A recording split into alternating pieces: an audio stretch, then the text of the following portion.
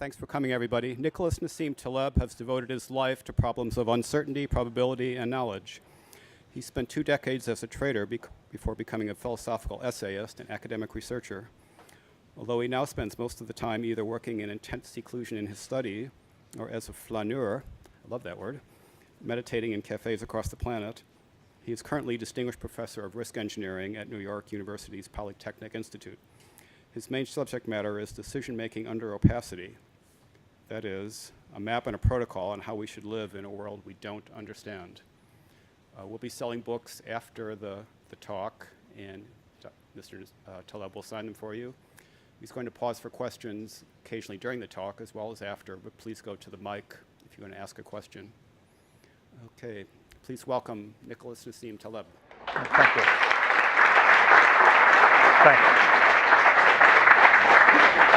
Thank you for inviting me. It's actually the first time I speak at a place knowing what it's about, because I've watched your Google Talks on YouTube, and they're quite interesting because they're long. No, they're 1 hour, which means we have like an hour and 10 minutes. Is that it? Because there's always a bonus that the speaker likes to give himself. Anyway, so thanks for inviting me. An author should not give you a substitute for his book. A book is a different product. It's not a talk. So in other words, it's not something that you can substitute. So what I'm going to do is mostly what I have here as slides is things to scare you a little bit. It's just graphs, things that cannot be captured fully in a verbal conversation. And I'm going to show you graphs. What is this idea of anti-fragile about? So I will speak for about 20, 25 minutes, which means probably 30, and then we're going to have a Q&A. But if you're extremely angry with what I have to say, do not hesitate and interrupt. Raise your hand, and if you have severe disagreements are always very good. This is why these things should be different from the book, because with the book, the author rarely disagrees with himself, you see. Whereas here, you can have disagreements, and they're welcome. Okay, so we start. If you ask your mother or cousins, someone who hasn't heard about this book, what's the opposite of fragile? What do you think the answer would be? Robust. What else? Stout. Durable, solid, adaptable, resilient. What else? Okay, it's not, all right? Simply because if you're sending, let's look at the exact mathematical opposite. I don't know, you guys work for Google. What's the opposite of negative here? Positive. Okay, it's not neutral. Okay, very good. So what's the opposite of convex? Concave. Actually, the negative of convex is concave, you see? Very good. So the opposite of robust cannot possibly be, the opposite of fragile cannot possibly be robust. If I'm sending a package to southwestern Siberia, all right, and it has it's a wedding, and you're sending a wedding gift, so you have champagne flutes. What do you write on a package? Fragile. And underneath, to explain it to the Russian inspector, what do you say? Handle with care, all right? Okay. So what is the opposite of handle with care? If you're going to send the exact opposite package, what would you write on it? Yeah, exactly. Please mishandle. So something that is fragile, if you map it properly mathematically, you realize that the fragile is what does not like disorder. It doesn't want mishandling. It doesn't want volatility. It wants peace and predictability. So the opposite of that would be something that loves volatility. What I'm saying may sound interesting and new, but it's not to the option traders I worked with, because I was an option trader for 20 years before becoming calling myself all these names, all right? I was just a simple option trader before. But my publishers now, they want to hide it. But the fact is, and option traders, they understand the world of yours in 2 different dimensions. There are things that don't like volatility and things that like volatility. And it's very, very extremely bipolar view of the world. Okay? You don't have, almost have nothing in between. And effectively, all I did is generalize this idea to map it, to things that option traders, because option traders, all they do is they drink and they trade options, all right? So they don't have exposure outside of that narrow field. So all I'm doing is representing them to take the idea outside. And we can do a lot of things because effectively, fragility is something I can measure, and anti-fragility is something I can measure. But risk you can't really measure, unless, of course, you're at Harvard or Stanford or one of these places where they have the illusion that they can measure risk. But in reality, we can't measure risk. It's something in the future I can measure fragility. And let's see how we can generalize.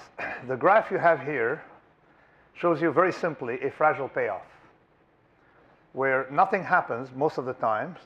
I don't know, you don't have porcelain cups here, otherwise we would have had an experiment. But nothing happens most of the time.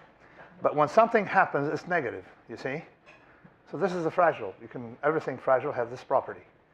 To give you a hint, we can generalize it to medicine, where you take pills that give you very small benefits. The benefits are small or non-existent, and the harm is large and rare, and often not seen in the past history of the product.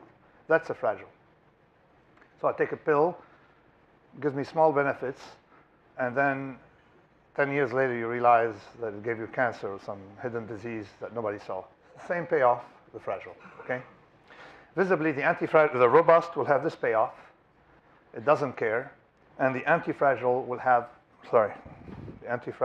this payoff where harm is small and the big variations are positive, are favorable. So this is sort of like the idea, the general idea. It's once you link fragility to volatility, you can do a lot of things. And let me show you exactly the link. I'm going to show you a graph that sort of explains it in graphical terms. Everything fragile has to have disproportionate harm. In other words, concave, nonlinear. I'll show you, we'll talk about concave in a few minutes. Nonlinear harm with respect to an event size. Let me explain. You guys at Google, and particularly in this part of California, are pretty special, but if you jump 10 meters, that's 33 feet. I guess people here in Palo Alto, in this area, they die, no? Very good, no? They would die, all right. Now, if you jump 100 times 10 centimeters, you survive, no? Okay. It means your exposure is not linear to harm. You're harmed a lot more jumping 10 feet than if you jump 10 times 1 foot. You see, so you have acceleration of harm. If I smash one of the Maseratis you see in Palo Alto against a wall at 100 miles per hour, I'm going to damage it a lot more than if I smash it 100 times at 1 mile per hour. You agree? So it means that there is disproportionate harm coming, an acceleration of harm. It's a second order effect. Fragility is in a second order effect. And it has to be so. Because if harm were not linear, or linear, I'd be harmed just walking to the office. You see?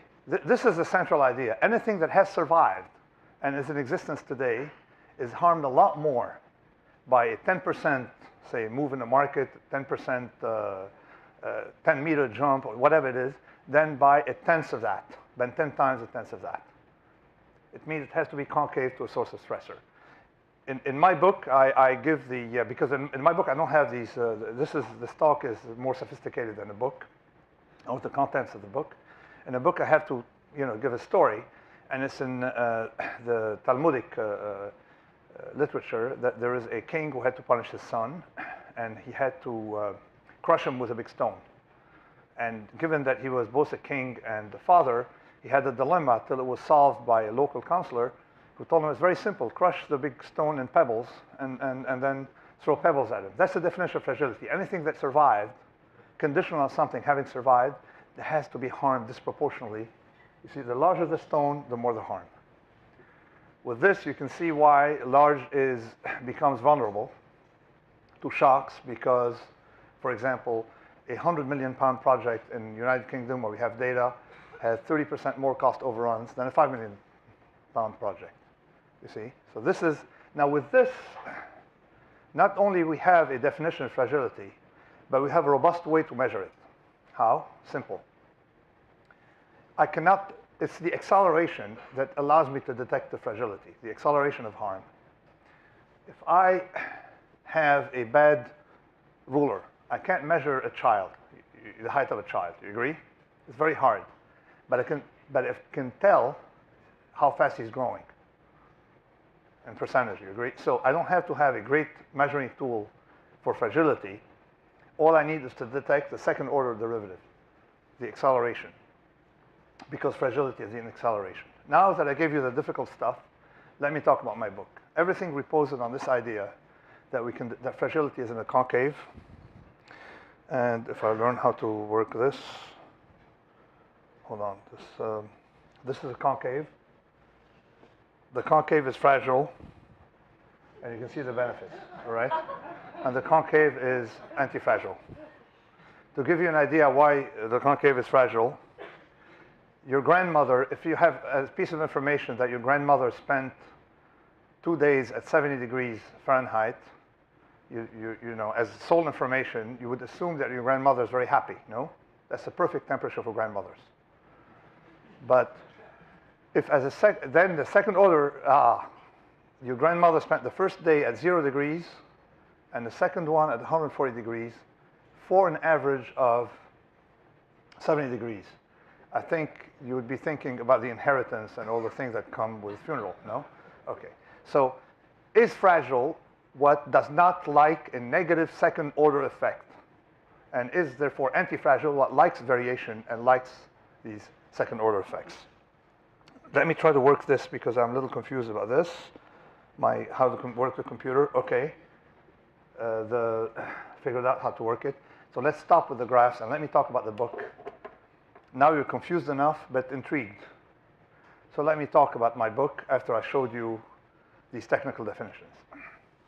Well, this book, I realized that this property of antifragility, once you have definition of fragility, then you have its opposite, was misunderstood in the discourse. Like when governments want stability, they shoot for perfect stability, but something that is organic requires some amount of volatility. It's the exact opposite of the grandmother. There's a mathematical property called Jensen's inequality that tells you that often things gain under variability.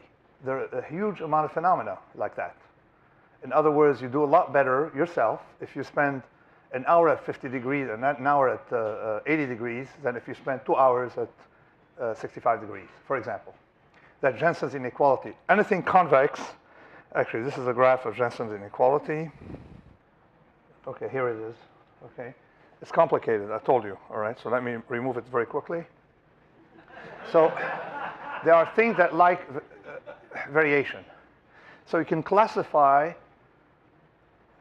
things in 3 categories. The fragile is what does not like volatility, randomness, variability, uncertainty, stressors. The robust doesn't really care, like the book and bridge. And the antifragile requires some amount of variability in all of these.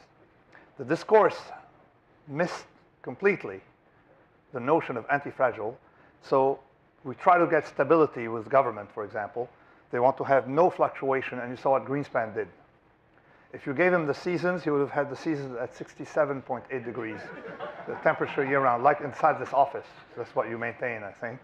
All right, inside the office, and of course, you know, we've blown up the planet. I'm glad we only gave him the economy. He only blew that up, okay? But we do a lot of harm by depriving something organic of a certain amount of variability. Anything organic communicates with its environment via stressors. So this is composed of 7 books. Book 1, I talk about this difference between a cat and a washing machine. In other words, between the organic that requires stressors. I don't know, you guys have a gym at Google? Well, there you go. So you put your body under stress. But you don't realize there are other things you need to put under stress as well. There are other stresses you need to have just to enjoy life, if you want to be alive. There's no liquid I know of that tastes better than a glass of water after spending some time in a Sahara desert. You see? So therefore, there's Jensen's inequality at work right there in your life. You see? So we're missing on, we realize here and there that you need to stress the bones, but we don't really transfer to other areas of life. Like we may not like to have, you know, this architecture, modernistic architecture, smooth architecture. It's not as pleasant, it's not for us, as something richer, fractal. I'm looking out the window, I have trees. A lot richer. And the ancients actually like that. I don't know if you've been in a Gaudi building in Barcelona, where you walk in, you feel it's a cave. It's rich in details, and I feel more comfortable. Well, visibly, my eye likes variations, just like your body likes some thermal variation and some stressors, okay? So that's book one, where I talk about that, and I talk about ethics. What happens is that people understand that what doesn't kill me makes me stronger. But they don't understand the real logic of it, which is that what kills me makes others stronger. That in fact, a system that works very well is a system that has layers. Like the restaurant business works very well because its components are fragile. The entrepreneurs otherwise would be eating bad food. Or, I mean, not that we're eating great food all the time, but you understand the idea, right? You'd be eating like Russia during Soviet era. So there's some businesses thrive, like California, I'm here at the epicenter of things, that thrive because of the failure rate is converted into benefits for the system. So this is Darwinistic, except that we can inject some ethics into it to avoid what philosophers call the naturalistic fallacy, that what is natural isn't necessarily great. So we should have entrepreneurs, encourage them, you know, more entrepreneurs in the economy, encourage them to fail, and remove the stigma. It's the only place in the world where there's no big stigma for failure. Here in California, we should have it more generalized, because you need them. But also at the biological level, when you starve yourself, you stress some cells. And the reason we are, you know, we are healthy is because there are fragile cells in us that break first under stress. So therefore you have an improvement within you. So you always have the top layer requires the fragility of the lower layer. So that's book one. Book two, again, these books are separate books that discuss different topics linked to that original idea that I gave you. Book two is about modernity, how suddenly we start having policies to try to control, touristify the world, where you have a plan, you have everything is smooth, no randomness in life. And I explained that really we have a lot of, people have discovered over time that you need randomness to stabilize a lot of systems. So the book discusses a disease called interventionism, overstabilizing systems, and some research on different areas, about 50 of them, in which there is a need for randomness to stabilize systems. Like Maxwell's governor, you know, it was discovered that if you overstabilize a steam engine, it blows up. But so you have that in the economy, you have that in a lot of places. So that's my book two, and I discuss a certain brand of persons I call the fragilista, someone who denies the anti-fragility of thing and fragilizes by that denial. And this will, later on, we'll talk about a relative of the fragilista, with the Soviet Harvard approach to things, from top down, not bottom up. So that's book two. Book three introduces a friend of mine, Fat Tony. All right?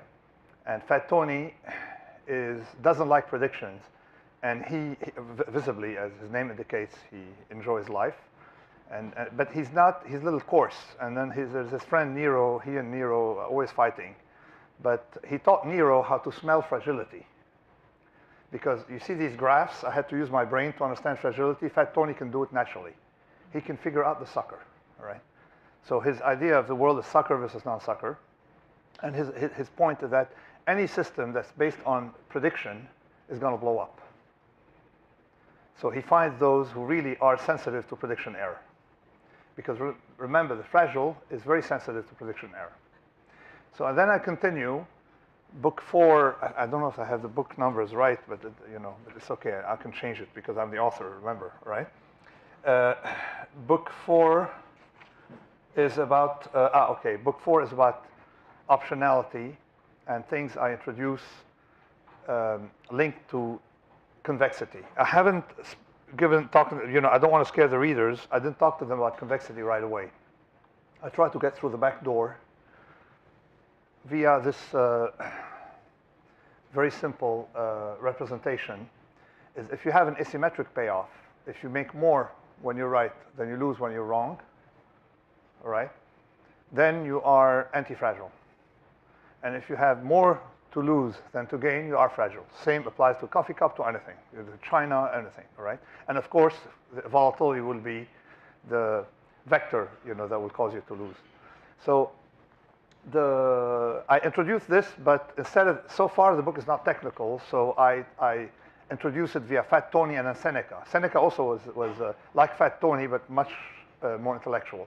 Seneca, the Roman philosopher, who's precisely not Greek in the sense that he was practical, and he had a practical approach to Stoical philosophy. The guy was the wealthiest man in the world, and he was obsessed with the fact that when you're very wealthy, you have more to lose than to gain from wealth. So he trained himself every day to wake up thinking he's poor, and then rediscover wealth. And once in a while, he would get he would mimic, like he would have a shipwreck, in which he writes that he lives as if he were on a shipwreck with only 1 or 2 slaves, right? You get the, so that was his. But he was the wealthiest man in the world, writing about how to love poverty. You get the idea. But the guy was good at it. He figured out that you have to always be in a situation where you got more upside than downside. And then you don't have to worry about randomness. And in fact, the strangest thing is not that he said it. I picked it up in him. I was shocked. I said, this guy is talking like normal people. With all academics, the view of Stoicism is that they'd be like academics, all right? Boring and like vegetables. Stoicism unmoved by the world. No, they're only unmoved by bad events. That's central. So via Seneca, I introduced that notion of asymmetry. Always have more upside than downside from random events, and then you're anti-fragile. So I go through Fat Tony and Seneca to drill the point, and it sort of works. Also, this book has titles and subtitles, and there's no connection between the title, the subtitle, and the text. All right? So why? Because I wanted, since I wrote my first book, I was afraid of reviewers. But then I said the best way to have a book is to tick off reviewers from day one. So that way I don't have to fear them. And reviewers, they want to skim a book. They can't figure out what it is about. Plus, I put 600 pages of a map. Actually, it's a Google text, by the way. You guys are warehousing it for free. So far, it's 400 pages of math, dense math, as backup for this, plus a technical appendix.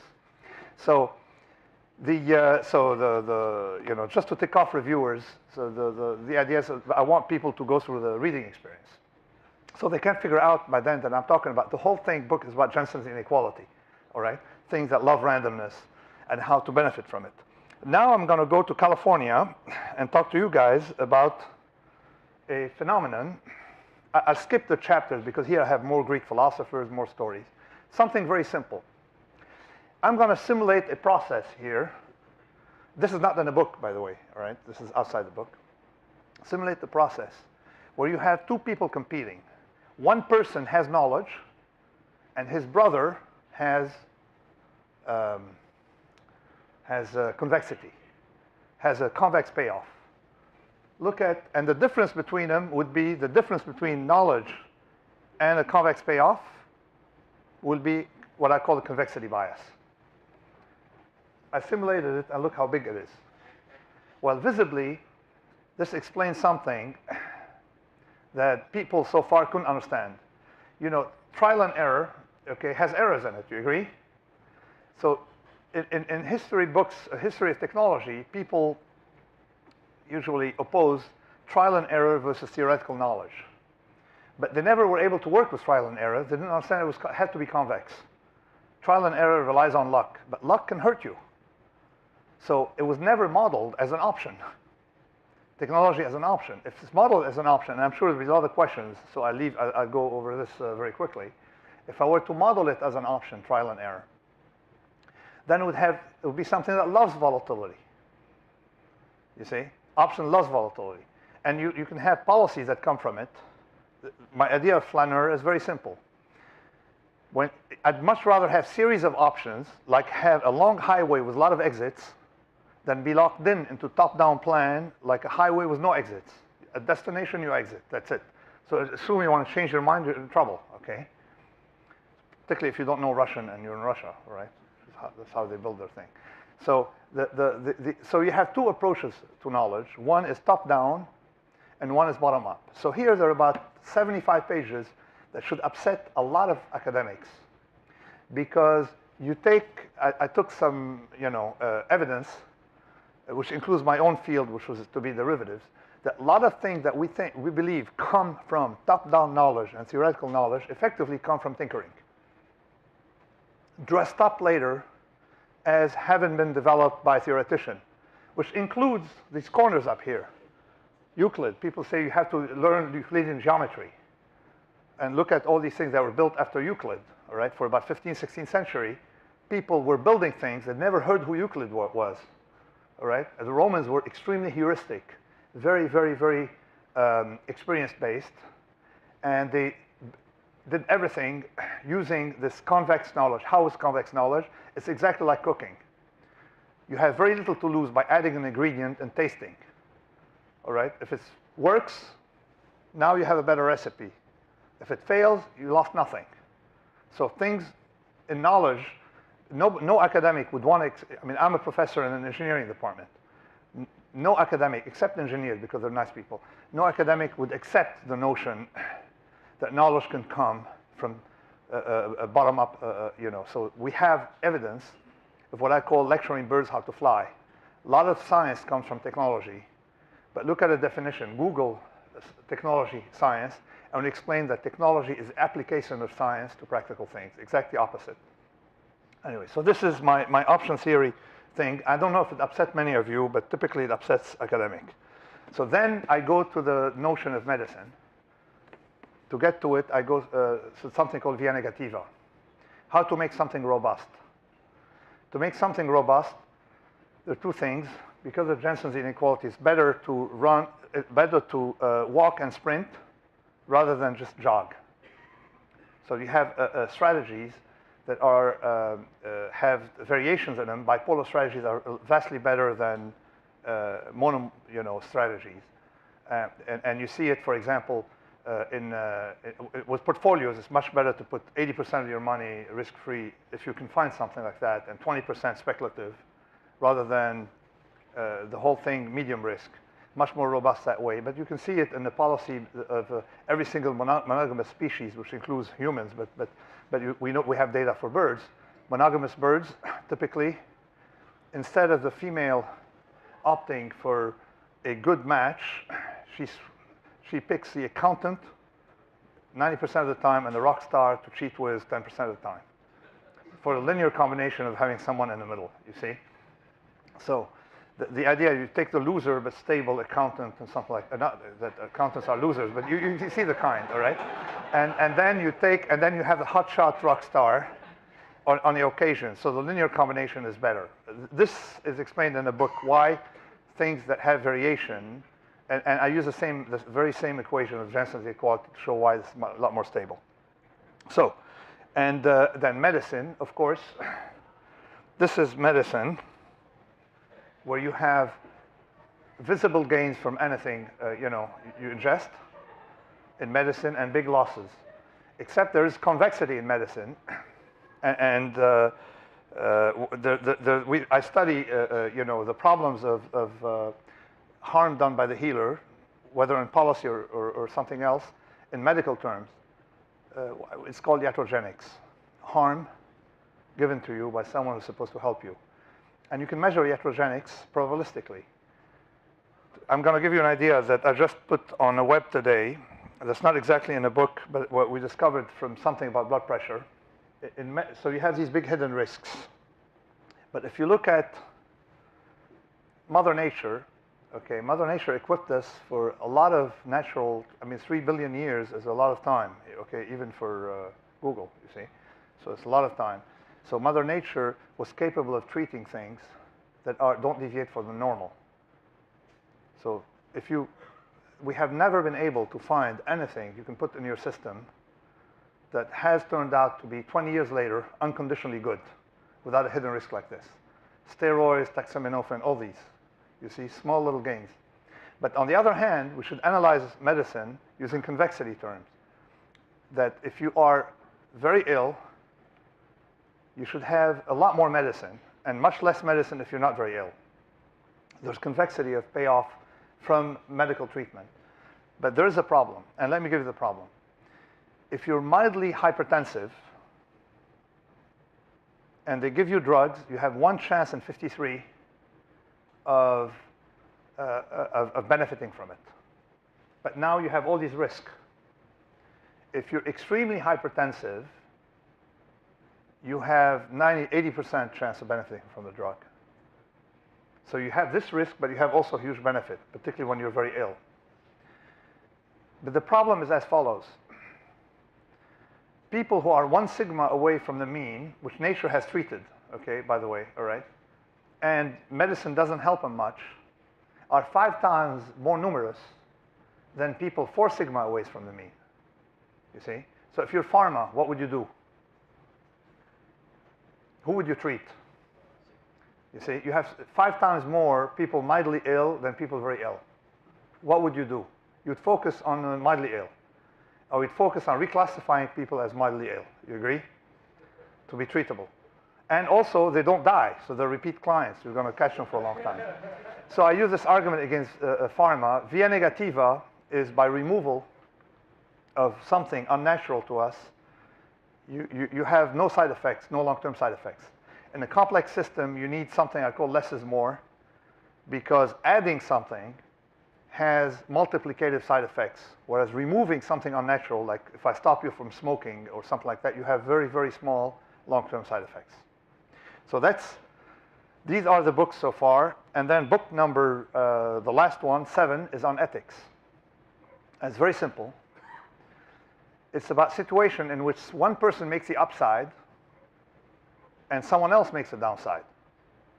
You're looking at me like, what is he talking about? Have you heard of banks? Bankers make the upside, the rest of society has the downside, all right? So they're long volatility at the expense of others. And of course, it's my most emotional book and the one that made me the most enemies because I name names. I have this thing. When you see a fraud, say fraud. Otherwise, you're a fraud. So, commitment to ethics. And the whole book is about, of course, never ask a doctor what you should do. You get a complete different answer if you ask him what he would do if he were you. All right? So here, I don't give advice. I just tell people what I've done, what I do. Like when someone asks me for forecast, I don't believe in forecast. I tell you this is what I've done, or this is what I have in my portfolio today. Go look at it if I want. Otherwise, but no forecast. The same thing is that you should never harm others with a mistake. Why this is central? Because at no time in history have we had more people harm others without paying the price. With the bureaucrats in Washington, they're not harmed, shamed by a spreadsheet, to economists giving us bogus methods, and academics are not harmed, are not the one bearing the harm, so nothing improves in that field. So they Steve Kill telling you, oh, it's peer-reviewed by a great journal. Nonsense, all that's nonsense. They're not harmed by the mistake, so we can keep going on with all this, can you curse here? With all this bullshit, all right? You can edit it out, all right. So, I don't know. I did at LSE, I used the F word at LSE. And then they told me, well, you know what? We're going to keep it, but it's extremely unusual. So I told them, okay. But anyway, during the Q&A, probably I can relax more. And because, so here I've introduced the book. And I end the book with the following. The only way you know you're alive, you're not a machine, is if you like variability. That's it. So this is it. If you're anti-fragile, it means you're alive. So thank you for listening to me. And now let's start the Q&A.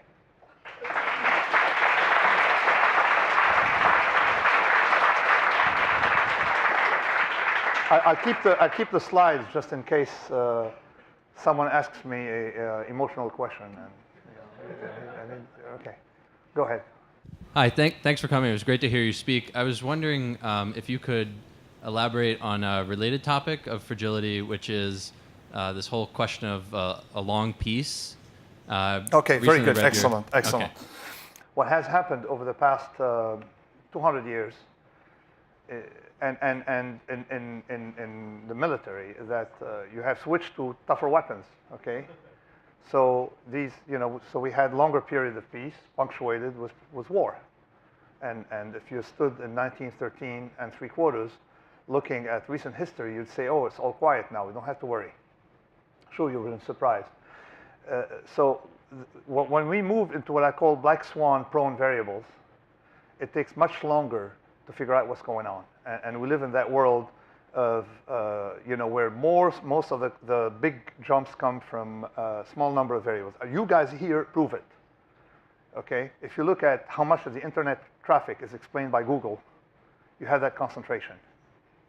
You see, if you look in a book business where you have 0.2% of the author generate half the income, so you realize you have that concentration. So the same applies to wars. Simply, with fat-tailed processes, you cannot make an inference from just a small sample.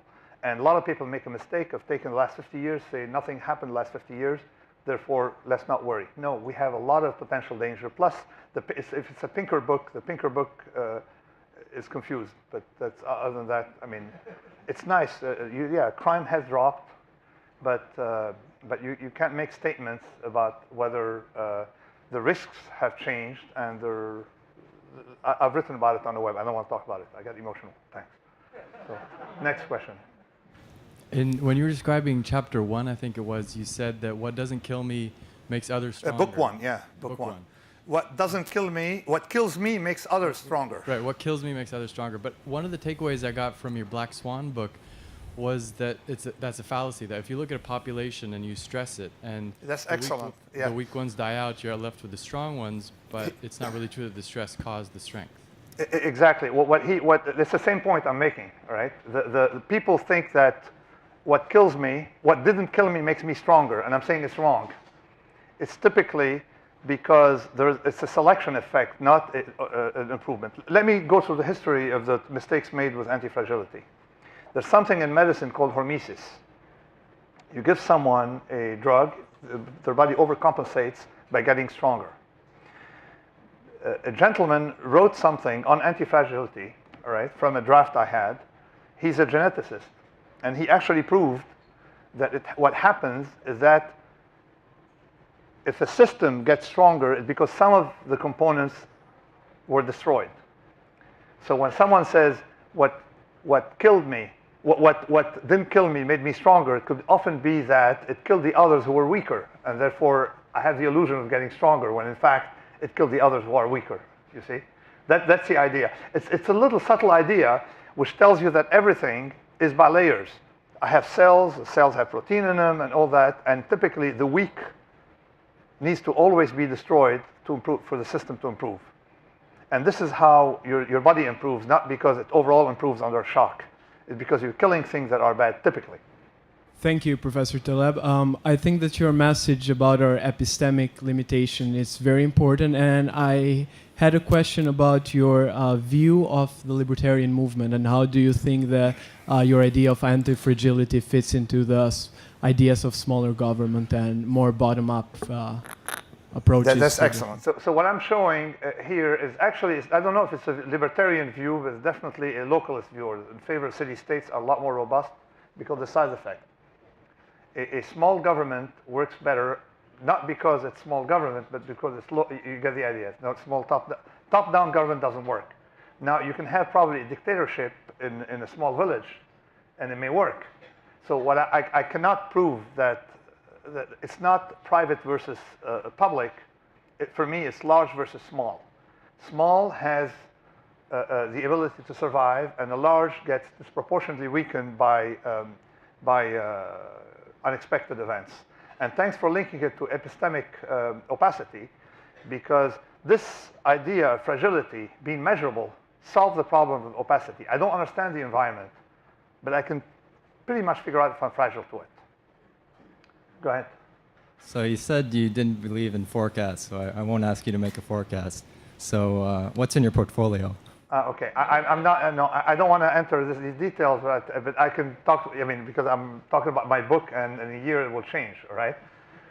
So I can't talk about that. But I would give that. I'll tell you that if I were compelled to produce a forecast.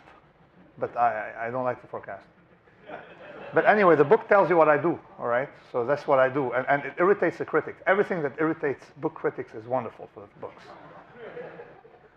So, but again, consider this class of phenomena that benefit from harm. Rumors love repression. Try to repress a rumor and see what will do. Okay, go stand up and deny a rumor, and see what when a politician says, you know, we will not devalue the rumor is wrong. You know what happens. You know, the best way for rumor to spread. And same thing with books. Try to ban them and see what happens. A lot of things. There's some class of, I call it. What do I call it? Refractory love, where people try, like in Proust, where people have obsessive love, and the more you try to repress it, the stronger it gets. A lot of things get stronger under repression and belong to that class of antifragile, and they all can be mapped as convex. Yes, go ahead. Some of the systems that you mentioned, the difference of that, I'm just trying to compare that to the financial markets. Is, you know, if you have a period of stability and all of a sudden you get cancer, you usually don't recover back yourself. Or if you have a fragile item, it breaks down, it usually doesn't recover itself. But how would you compare that to financial markets? Doesn't have extra property. You know. Okay, let me link this to the question earlier, because now I remember, you know, that I didn't give full answer to the question earlier. A system that has a lot of parts independent that break sequentially and none is going to improve. How? Take, for example, transportation, or take engineering. Every bridge that collapses makes every other bridge in the country safer. You see, so the probability of a building that collapses makes every building in the country, all right? The probability of the next building collapsing smaller, okay? Smaller or equal, but doesn't get worse. So when you have a system composed of small units that break sequentially, fail without contagion effects, the system improves from failure. And exactly this is what kills me made other stronger. And that's a benign system, or a system that's actually anti-fragile. Now, take banking, take large corporations. When one fails, the other, it increases the probability of the other failing. Then the system doesn't work well. Okay, that's one thing to answer him and get into your point. He's asking me whether financial markets, what benefits they have. Well, people think that they're good at providing information. In fact, they're great at masking information, and that's why it works. You see. It prevents panics. Say if someone is predictable and comes home every day at 5:30, boom, you can set your watch. He walked in. And one day he's late. What would happen? 2 minutes and everybody freaks out, he's not here. Whereas someone a little more random in his arrival time will not cause a panic. Well, it's the same thing with prices. That's one of the aspects. Another thing with prices is that volatility prevents big collapses, because it's just like a forest. You have flammable materials. Steady small forest fires, clean up that flammable material. Don't let it accumulate. What happened was Greenspan, by stabilizing everything, no volatility or minimized volatility, something they call the Great Moderation, resembles the Great Peace. You had a lot of hidden risks in the system, very explosive, ready to explode, and effectively, we saw what happened. They blew up.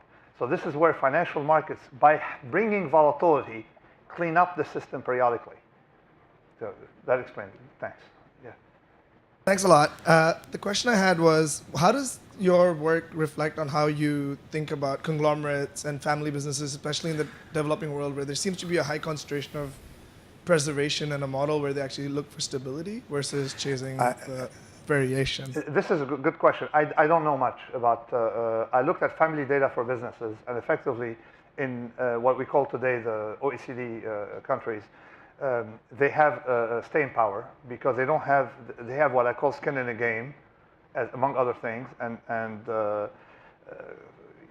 among other qualities. Now, conglomerates, I have no idea, you see. I just like the conglomerate I work for, namely the owner of the owner of Random House, Bertelsmann, because they're not listed in the market. Okay. Now, you know, although I like market volatility, I don't like people to fit the company to the security analysts who don't understand hidden risk. And the stock market tend to push companies to hide risks in the tails because the security analysts don't have a good tool to analyze second-order effects. Go ahead. How much of the anti-fragility phenomena that you're talking about across systems is really about evolutionary learning, and that the two curves, knowledge versus, I forget what the other one was labeled, but it was the anti-fragile curve, is really about two different forms of acquiring knowledge. One is through, one is for acquiring articulate knowledge through articulate processes, and the other one is for acquiring inarticulate knowledge, the kind of knowledge that Hayek talks about, where the system learns without the human beings necessarily being aware of what it learns. That's a good question. He's asking me how much of the, you know, the two types of knowledge, techne, episteme, you see, knowledge top-down, bottom-up, heuristic knowledge versus, you know, what we call propositional knowledge, or things that are formalized, and so on. So there've been a dichotomy through history between these two, you know, examines a lot of people. But the first person who discovered it, let me give you a little background, is Nietzsche. Nietzsche had in us a tension between, actually even Seneca discovered it, but we attribute it to Nietzsche. When he was 25, he wrote the most beautiful book probably of the century, the Birth of the Tragedy, by showing tension in humans between the rational Apollonian in us and the deep, dark, unexplainable force, the Dionysian, how depends if you're British or American how you pronounce it, from Dionysos, the god of wine, and there's an evil thing. And Nietzsche is the one who used the word first, creative destruction. Okay, Nietzsche, not Schumpeter. An economist cannot come up with something that deep. Anyway, so Nietzsche spoke about that, and to continue, he went after Socrates for saying whatever you cannot explain isn't necessarily stupid. And effectively, in my book, Fat Tony has a debate with Socrates. You can imagine a guy from Brooklyn debating a Greek philosopher, and I let you guess who's going to win the debate along these lines. So effectively, I go along these lines, except that what I've done is very simple. I don't have a theory in here of anti-fragility. You know, people can talk about complex systems, however they are. I have a descriptive detection. This here, I proved very simply that I can detect fragility through second-order derivative. So in a way, what I have is more like phenomenology, which is not at the level of a theory, but something lower, a way to map objects in order to work with a world we don't understand. So in a way, I don't have a theory how things come from, but I sort of integrated this dichotomy you have between the bottom-up, unexplainable, we don't know how we do it, with one thing I would like to mention, since there's time, another question, one important thing, is that effectively, the longer we've been doing something that we don't understand, the longer we will do it. In the book, I say time is the only detector of fragility. Remember one thing, time is volatility. You agree? Time and volatility, mathematically, they all are the same. Disorder, time, entropy, volatility. Approximately, I call them siblings, brothers. They're not exactly the same, but they're like fraternal twin brothers, okay? So with time, what was fragile eventually will break. So there's very simple law. Whatever is not perishable, namely an idea,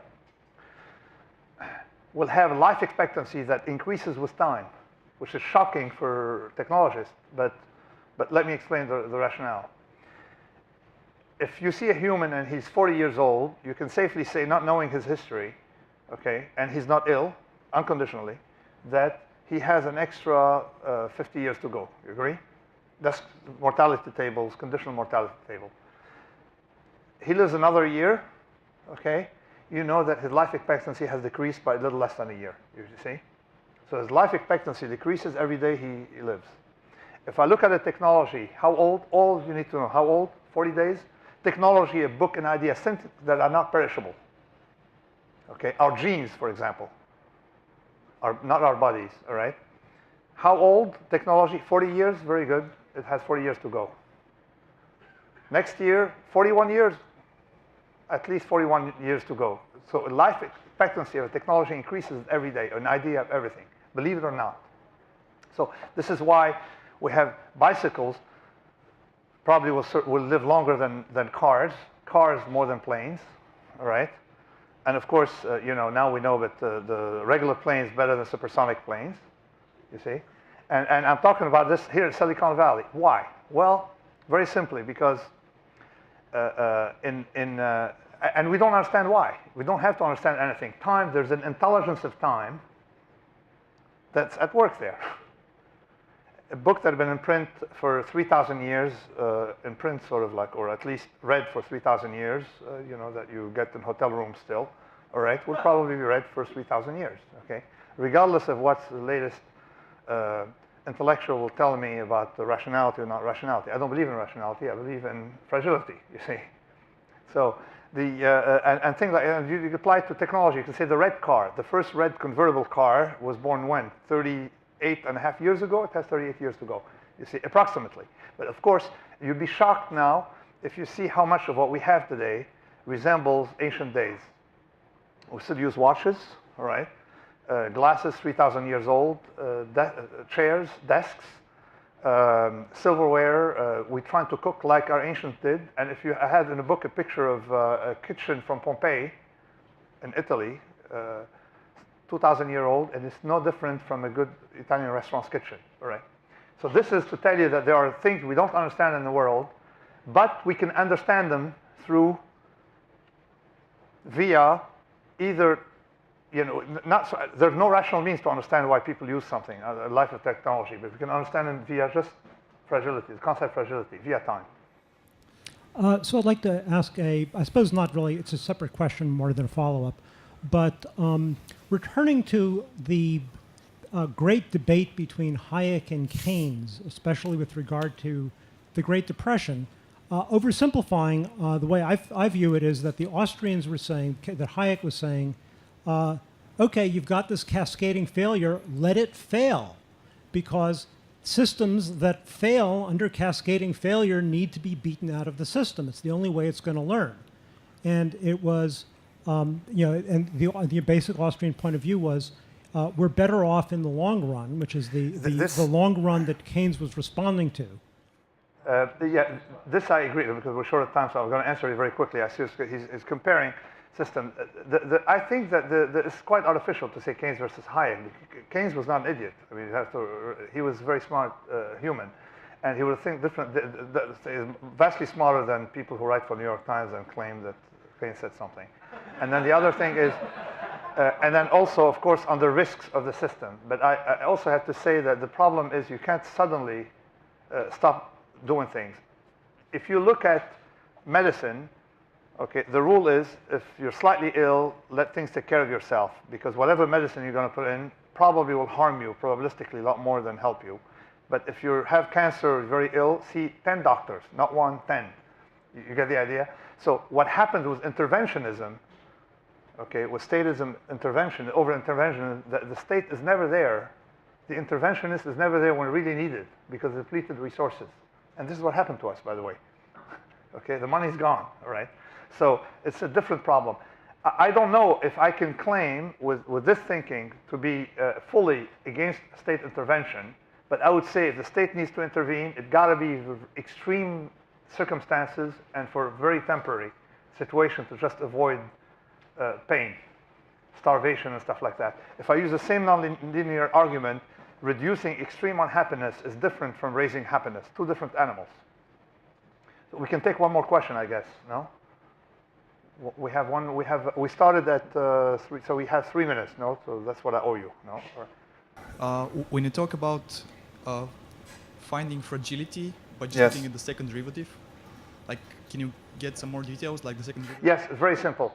You take a company, all right? You lower sales by 10%. They lose $100 million. You lower sales by an extra 10%, they lose $500 million. accelerating losses, okay, it means they're going to be a lot more harmed by an adverse event than a regular company. Very simple test. It's so simple that people were ashamed of telling me I was right. You see, very simple, acceleration.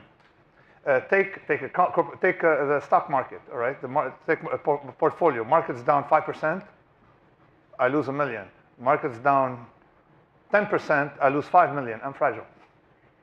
That's simple. It's the same argument. Can you say that if the market goes up 10%, do I make more than if the market went down 10%? I'm anti-fragile. It's the same thing with a lot of situations. So debt brings fragility. You can measure it that way. Size causes fragility. You can measure it that way. Thanks.